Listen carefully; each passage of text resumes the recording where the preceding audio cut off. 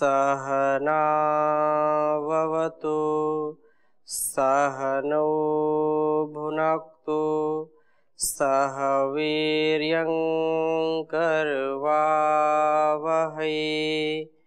तेजस्विनावधीतमस्तु मा विद्विषावहै।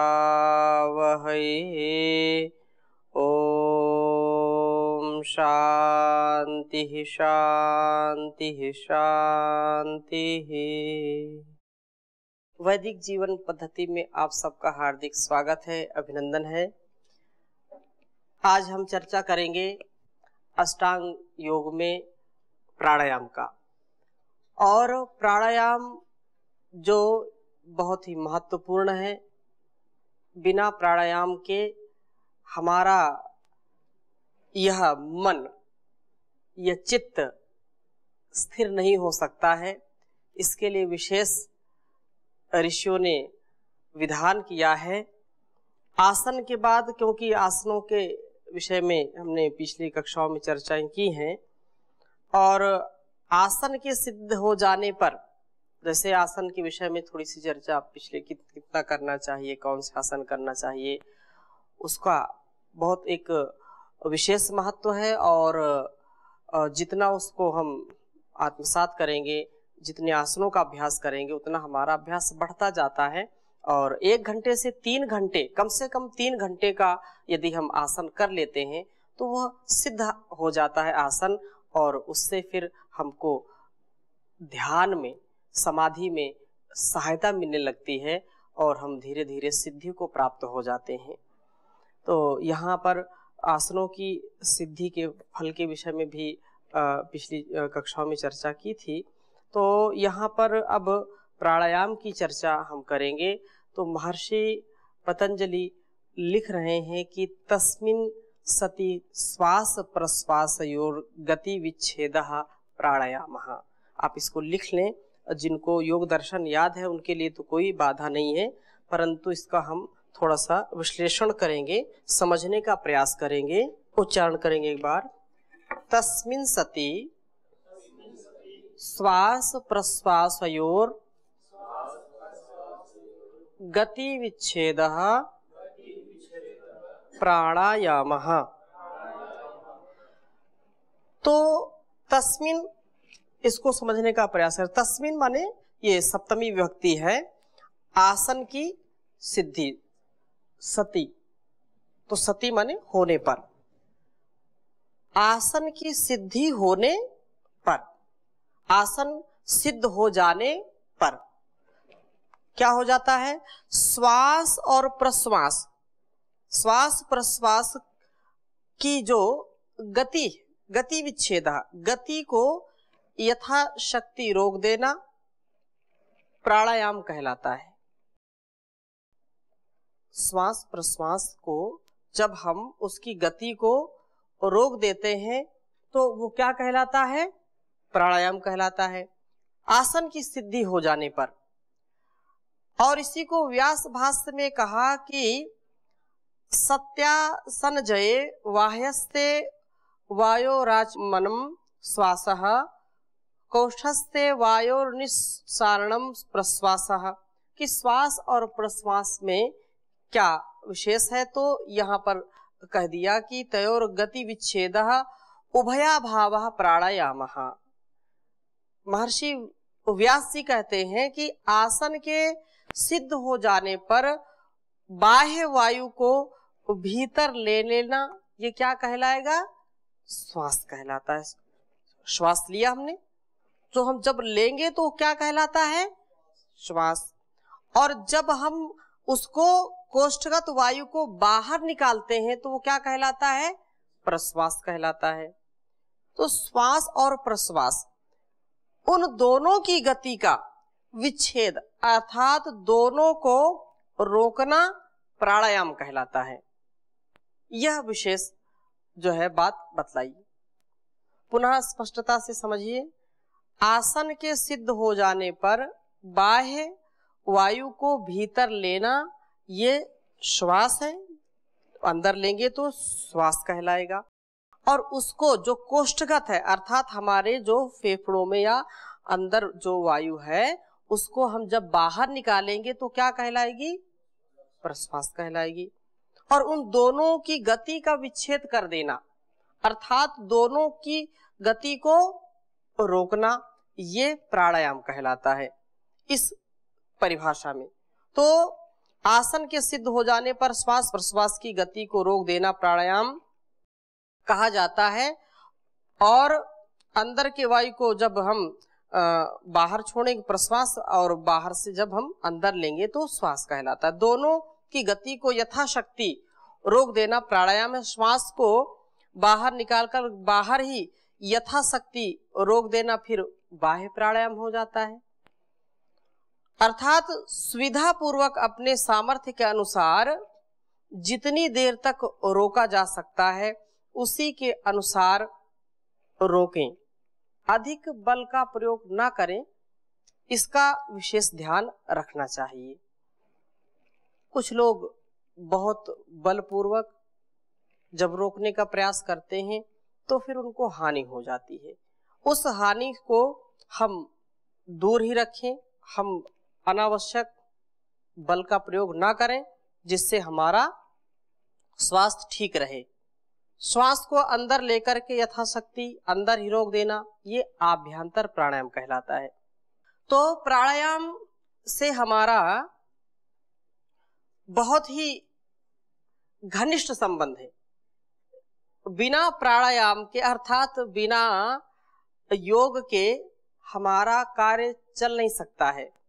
और जहां श्वास और प्रश्वास की बात है वो तो सब लेते ही है, लेना और छोड़ना चलता ही रहता है। तो इसकी हम विशद चर्चा करेंगे। और ये प्राणायाम जो वायु पर निर्भर करता है, प्राण वायु हमारे जीवन का आधार है और जिसके बिना जीवन हमारा बेकार है, निस्सार है।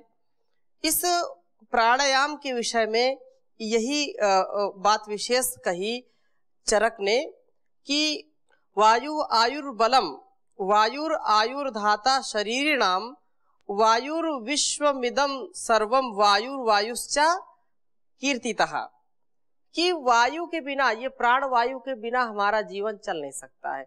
ये एक विज्ञान है। देखो, जब कोई व्यक्ति किसी भी कारणवश कोई रोग कोई विशेष हो गया तो हो सकता है कई दिन भोजन ना करे तो भी वह ज्यादा हानि उसको नहीं होगी शारीरिक। ठीक है, उसको औषधि दे रहे हैं, दूध जल दे रहे हैं तो कुछ महीनों चल सकता है व्यक्ति।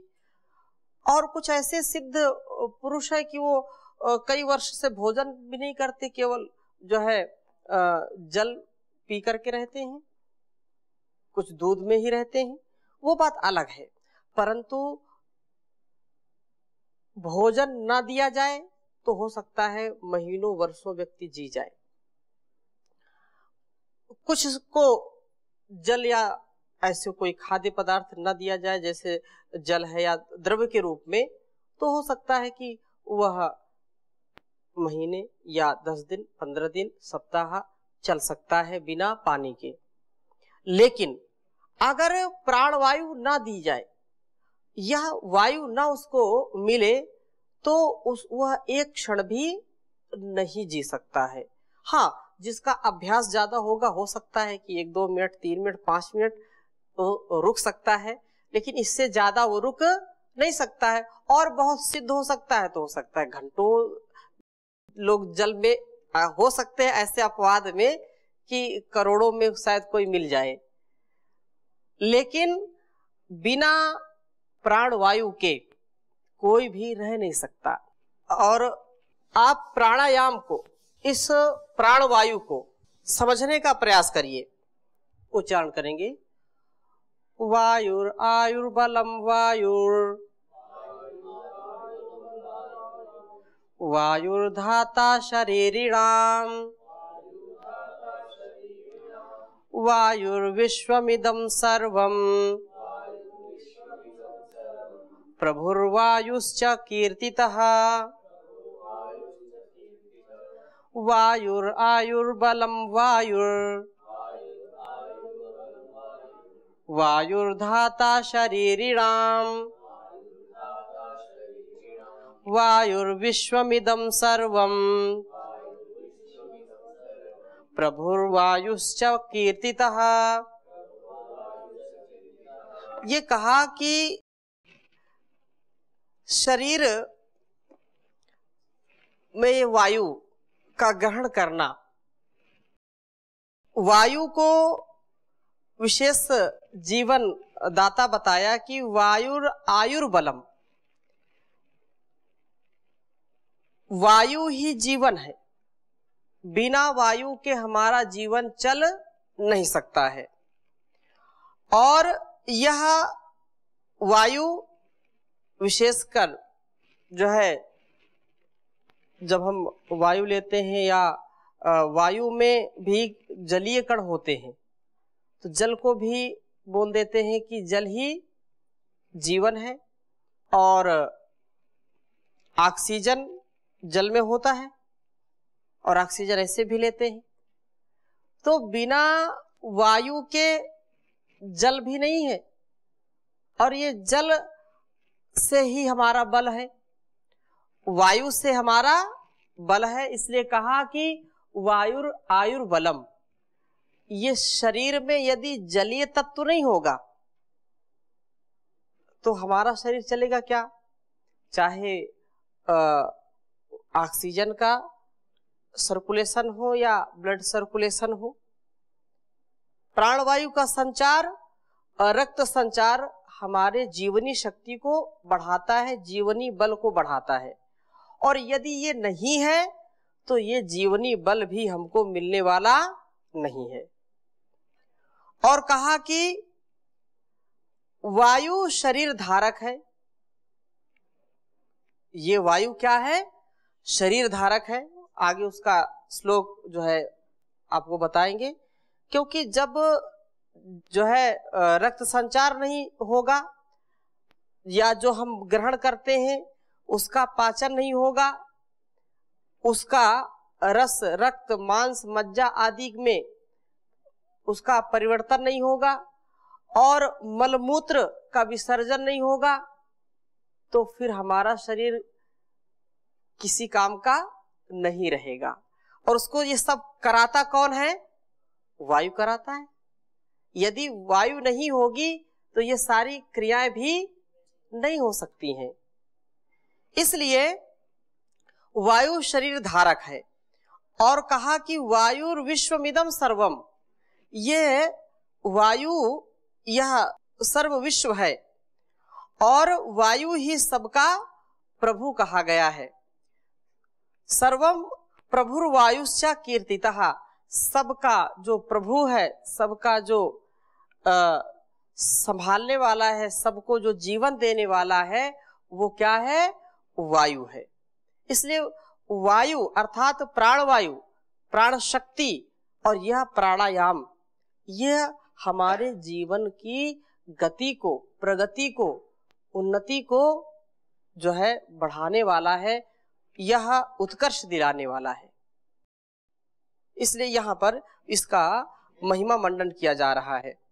और एक बात और आई कि वायुदेव महाभूतम वदन्तु निखिला जनाः आयुरेवैष भूतानाम इति मन्यामहे वयम्। किसी कवि ने कहा कि वायु को लोग पंच महाभूतों में से एक महाभूत भले ही कहें, क्योंकि पंच महाभूत हैं छित जल पावक गगन समीर। तो वहां समीर जो वायु है वो पांच महाभूतों में से एक है, लेकिन हम तो उसको सब भूतों अर्थात प्राणियों के भी प्राण समझते हैं। क्योंकि यदि ये नहीं होगा तो फिर और भी चीजें नहीं होंगी। जहां भी अग्नि है, जहां भी जल है, वहां वायु है। यदि वायु नहीं है तो अग्नि भी नहीं होगी और जल भी नहीं होगा। आप थोड़ी देर के लिए लैंप जलाइए और उसको ऊपर से बंद कर दीजिए, ऐसे उसके शीशे को ऊपर से। तो जब उसमें जो है, हाँ, वो फिर जलता नहीं है, वो फिर बुझ जाता है। तो अग्नि भी जो है वायु के ही कारण अपना अस्तित्व रख पाती है। इसलिए बहुत विशेष बात यहाँ पर जगन्नाथ पंडित एक कवि है, तो उन्होंने प्राणवायु को सबसे जो है महत्वपूर्ण बताया कि प्राणों का भी प्राण है। और हठ योग प्रदीपिका में तो ये बात कही कि यावत वायु स्थितो देहे तावत जीवनम उच्यते मरणम तस्य निष्क्रांति ततो वायु निरोधयेत। कहा कि यावत वायु स्थितो देहे, यावत वायु स्थितो देहे तावत जीवनम उच्यते, जब तक प्राणियों के शरीर में वायु है तब तक क्या कहते हैं, जीवन है। और जब उसका निष्कासन हो जाता है, वह वायु शरीर को छोड़ करके निकल जाती है, तो फिर क्या होता है, उसको लोग बोलते हैं कि मृत्यु हो गई। इतना बड़ा वायु का महत्व है तो शरीर तो वही है, सुंदर शरीर है, बहुत अच्छा देखने में लगता है, लेकिन क्या कमी है कि उसको फिर लोग जो है वो कह देते तो मर गया, ये तो मिट्टी हो गया, मिट्टी के समान हो गया। मिट्टी की तो लोग कुछ कीमत समझते हैं कि कहीं ना कहीं उसको लगा देते हैं, लेकिन व्यक्ति जब उसका प्राण निकल जाता है, वायु निकल जाती है, तो उसको कोई रखना पसंद नहीं करता है। इसलिए कहा कि उसका नियंत्रण जो है प्राणायाम का अभ्यास करें। इसलिए कहा कि मरणम तस्य निष्क्रांति ततो वायुम निरोधयेत। प्राणायाम के द्वारा इस शक्ति को, इस वायु शक्ति को बढ़ाना चाहिए, वायु शक्ति से अपने आप के जीवन को उन्नत बनाना चाहिए, संवर्धन करना चाहिए, इसका परिष्कार करना चाहिए प्राणायाम के माध्यम से। तो ये बहुत महत्वपूर्ण है। और आचार्य शंकर भी लिखते हैं, यावत पवनो निवसति देहे तावत कुशलम पृच्छति गेहे गतवति वायौ देहा पाये भार्या बिभ्यति तस्मिन् काये भज गोविंदम गोविंदम भज मूढ़मते। ये यावत पवनो निवसति देहे, ये वायु जब तक शरीर में है, जब तक प्राण वायु शरीर में है, तावत कुशलम पृच्छति गेहे, तभी तक लोग कुशलता पूछते हैं, उठते बैठते सोते जागते। यदि कोई व्यक्ति सो भी गया तो यदि समय से नहीं उठा तो कई बार उसको लोग जगाते हैं, क्या बात है, स्वास्थ्य नहीं ठीक क्या, या ज्यादा थक गए क्या।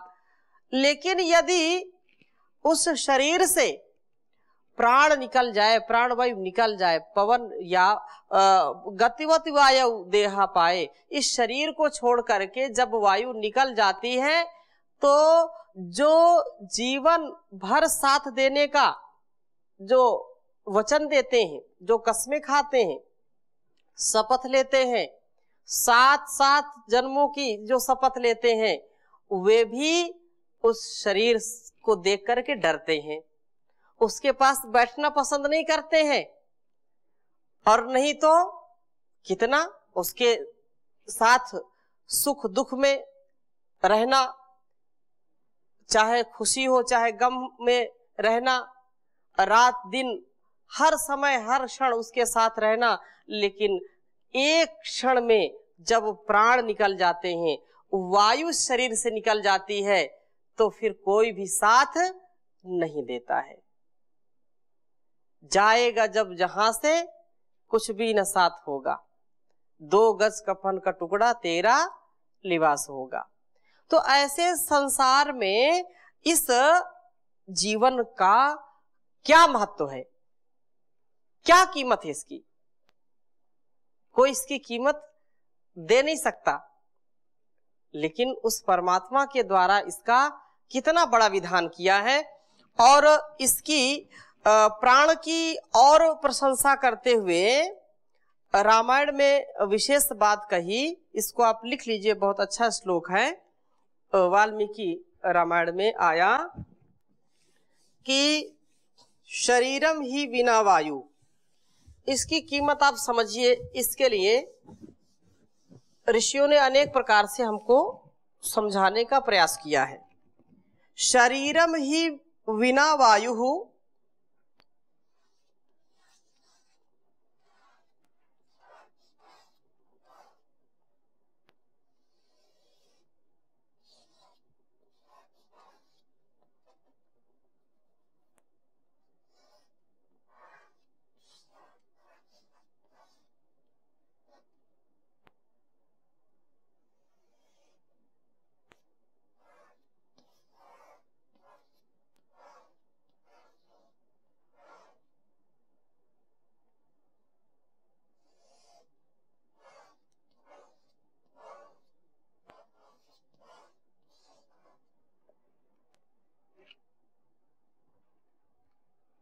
शरीरम ही विना वायु समताम याति दारुभिः।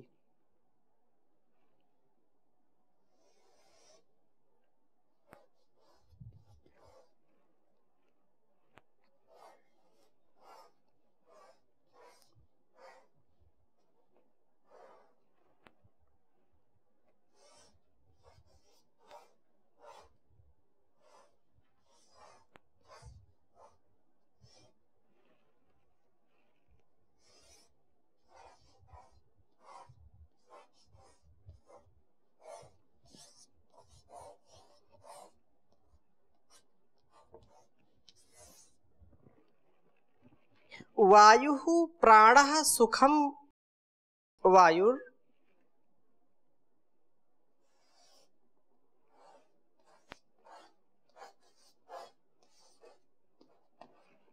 वायु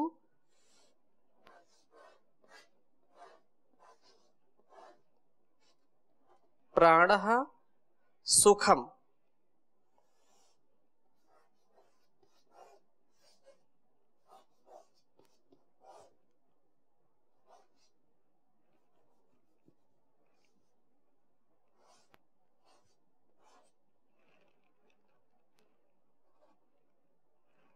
सुखम वायुर्वायु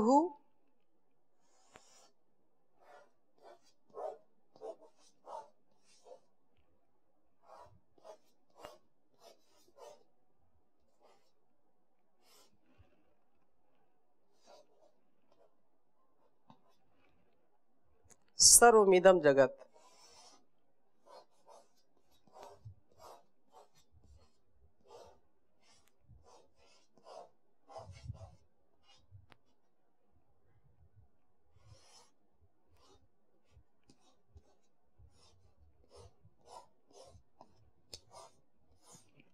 उच्चारण करेंगे, शरीरम ही विना वायु समताम याति दारुभिः वायु प्राणः सुखम वायुर वायु सर्वमिदं जगत्।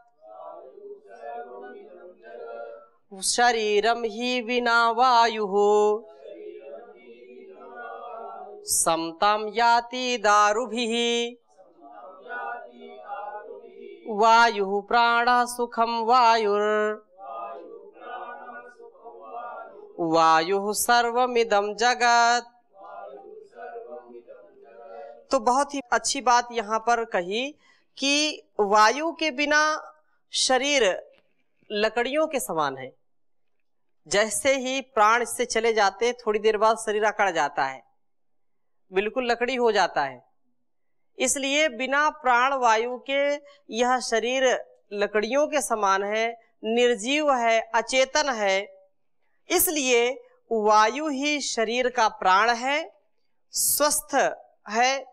और संक्षिप्त में ये कहें तो सब कुछ यही है। सर्वमिदम जगत वायुर सर्वमिदम जगत, यह संसार में वायु ही सबसे ज्यादा श्रेष्ठ है, सबसे ज्यादा बलवान है, महत्वशाली है।